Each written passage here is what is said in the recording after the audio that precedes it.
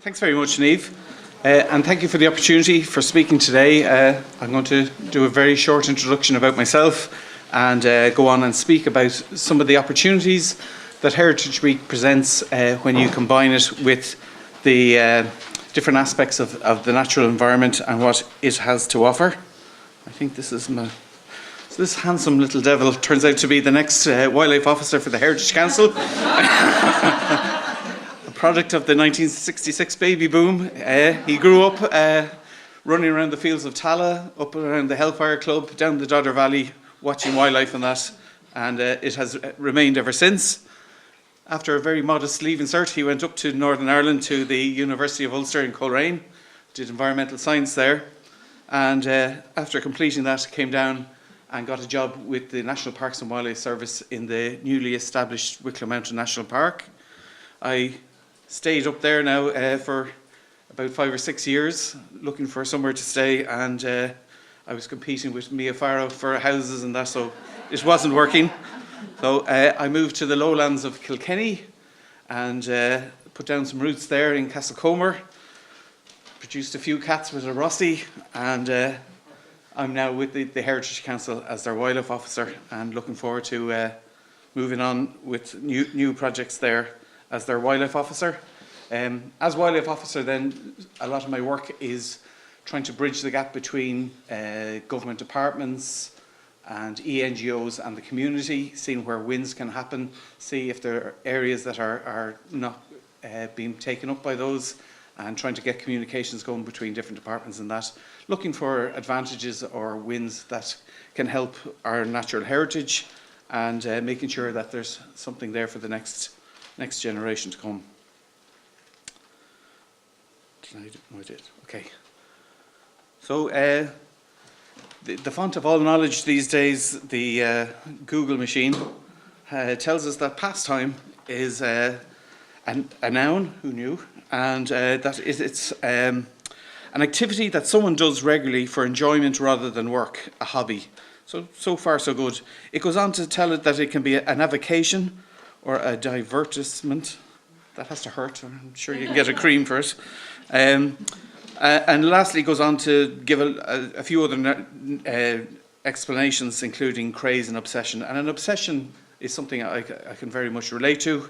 The natural heritage, wildlife in general, has always been an obsession of mine. And hopefully my manager doesn't see it that way, and I do some work along with it. Okay. So in my presentation today, I just was thinking, okay, pastimes. I'm working on the idea of things that informed me, or things that I used to do as a child that were pastimes for me, that had a natural heritage element. And yeah, so in doing so, where I was growing up, I mean, and wherever you grow up, your environment is dictated to the species, the fauna and flora that occur in your local area, is all down to your natural heritage. Even if it's in a city, the species of fauna and flora that occur in parks and around the streets and that are all dictated to by your geolocation, your geology and all of that. So no matter where you are, you do have natural heritage to accompany you as you go along. Not all pastimes in my day were positive. Egg collecting was just coming to an end now in the 70s. These were actually, I used to be in the National Parks and Wildlife Service. I was saying these were a collection of eggs that a lady brought along to a dawn chorus event we were holding, and her husband had been an avid egg collector, and she realised that they were too important just to throw away or destroy, and we got a huge amount of science from them. He had labelled where they had come from, so there was eggs taken from terns out in Dublin Harbour that they don't, in areas that they don't use anymore. And even down to the thickness of the shell egg, we know that in the 70s and the 80s, DDT had come to a head, and a lot of our birds of prey were in serious trouble. So scientists were able to look at eggs from a previous generation and see the thickness of the shell egg, which DDT had an effect on, and see, you know, what background levels were in Irish birds and that. So it was a terrible pastime that had a very good ending. I suppose that's the best way to put it. So we try not to judge people in the past for things that, with the yardstick we have today. Just a quick word on Wild Child. Wednesday the 21st of August during Heritage Week has been labelled Wild Child Day, and it's an opportunity to try and encourage children in particular, but also adults, to put away the electronic devices and go out and get wild. I'm not trying to send out any message that these devices are bad in of themselves, but certainly when you put them away and get out and get down and dirty with nature, you get to see it, you get to touch it, you get to smell it, and if you're lucky enough, you'll even get to... Everyone else can hear that as well. Okay. If you're lucky enough, you'll even get to taste it. Okay, it did work. Right. So for me, my first association getting close to animals, birds, would have been in the garden pond. Just the absolute magic of knowing that from a ball of squidgy mess can come these little jiggly little tadpoles that come from it, and they metamorphosize into frogs later, and you can have hours and hours of fun just chasing frogs around your garden. You'll rarely get them, but great fun all the same. So as kids, you know, even growing up in Fallow, we had plenty of frogs, plenty of ponds, and truly a great pastime. We would have gone netting for them all right.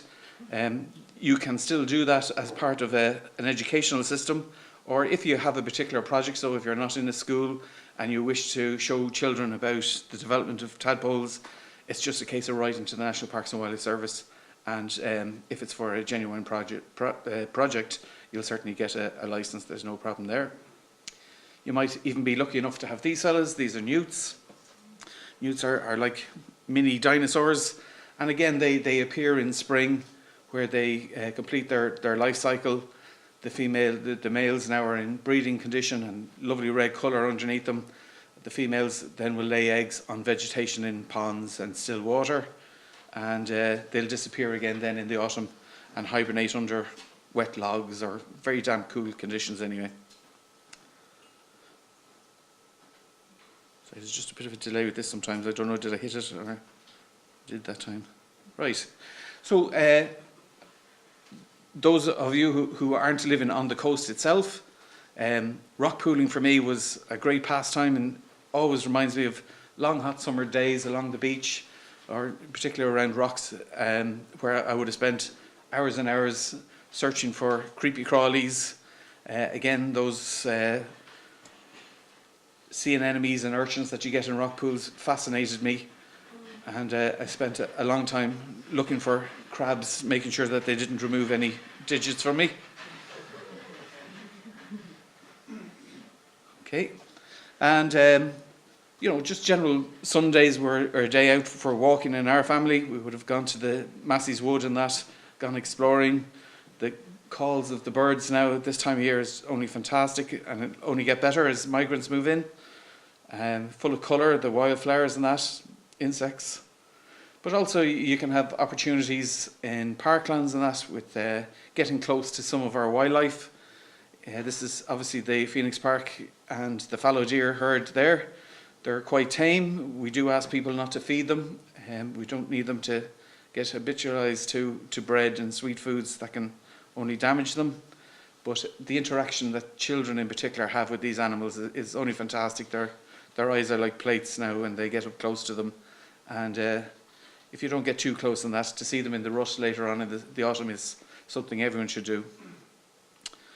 Then on an organised basis, this is the Wexford Wildfowl Reserve, an area I worked in for a while, and a lot of these centres during Heritage Week will have organised events. There's something that they do over the summer, not just for Heritage Week, and the education guides there and that are trained to find the best that an area has to offer and try and interpret that. So they normally put on events for children, bird watching in particular. There's also some bat walks and that are organised, and something that a program that they will try and generate for their particular area, but it can go on from dawn to dusk.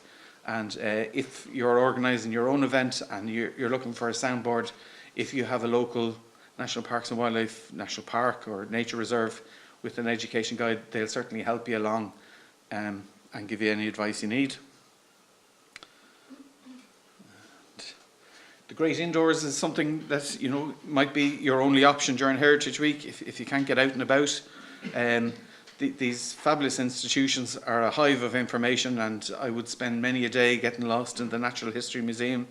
They have a font of knowledge there and specimens to enthrall you. Something I like to do is go around and find as many species from Kilkenny that I can. Some of the birds and that would have been specimens taken from there. Or even just your local library. The libraries are another great asset to have. They have a lot of information. They'll put on events as well for Heritage Week and bring in people for talks in particular on natural heritage. And at the end of all of that, hopefully this love and the pastime that children are brought up with, it may stay with them. From a very young age, if they're involved in it, it comes very natural to them and makes things easier then as they're going through their education, and who knows where it'll end. But no matter where you go on this planet, you are accompanied by natural heritage as you go along. Whether in the North or the South Pole, right across the equator, our natural heritage is with us, and hopefully that will be the way of it. Just a quick one then, International Biodiversity Day is coming up on the May 22nd, so you don't have to wait till Heritage Week. You can make your mistakes here on Natural Heritage, May 22nd. It's worth keeping an eye out from your local authorities. Some of the Heritage and Biodiversity officers will certainly try and organise programmes for Biodiversity Week, the week around Biodiversity Day. And some of the ENGOs will also hold events. So hopefully too, at the Heritage Council, we're looking at seeing if we can set up a portal to take on advertising some of the events around the country. So if you keep an eye out on our website, we'll announce more there.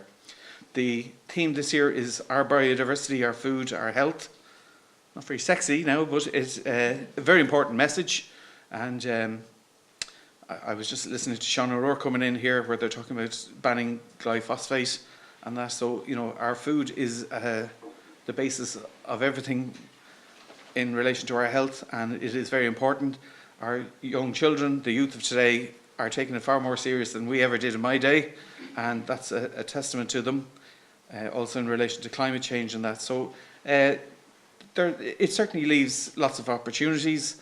I mean, certainly growing up myself in the past, as the summer was more behind me than ahead of me, I spent many time collecting blackberries in the hope of getting a blackberry tart at home. We would also collected mushrooms, putting them on the stalks of the bulrush, or the juncus rush, and later on then collecting hazelnuts at the end of the year. It was a great pastime. So thank you very much. I wish you all well in your endeavours for Heritage Week as we go forward into the past. Thank you very much.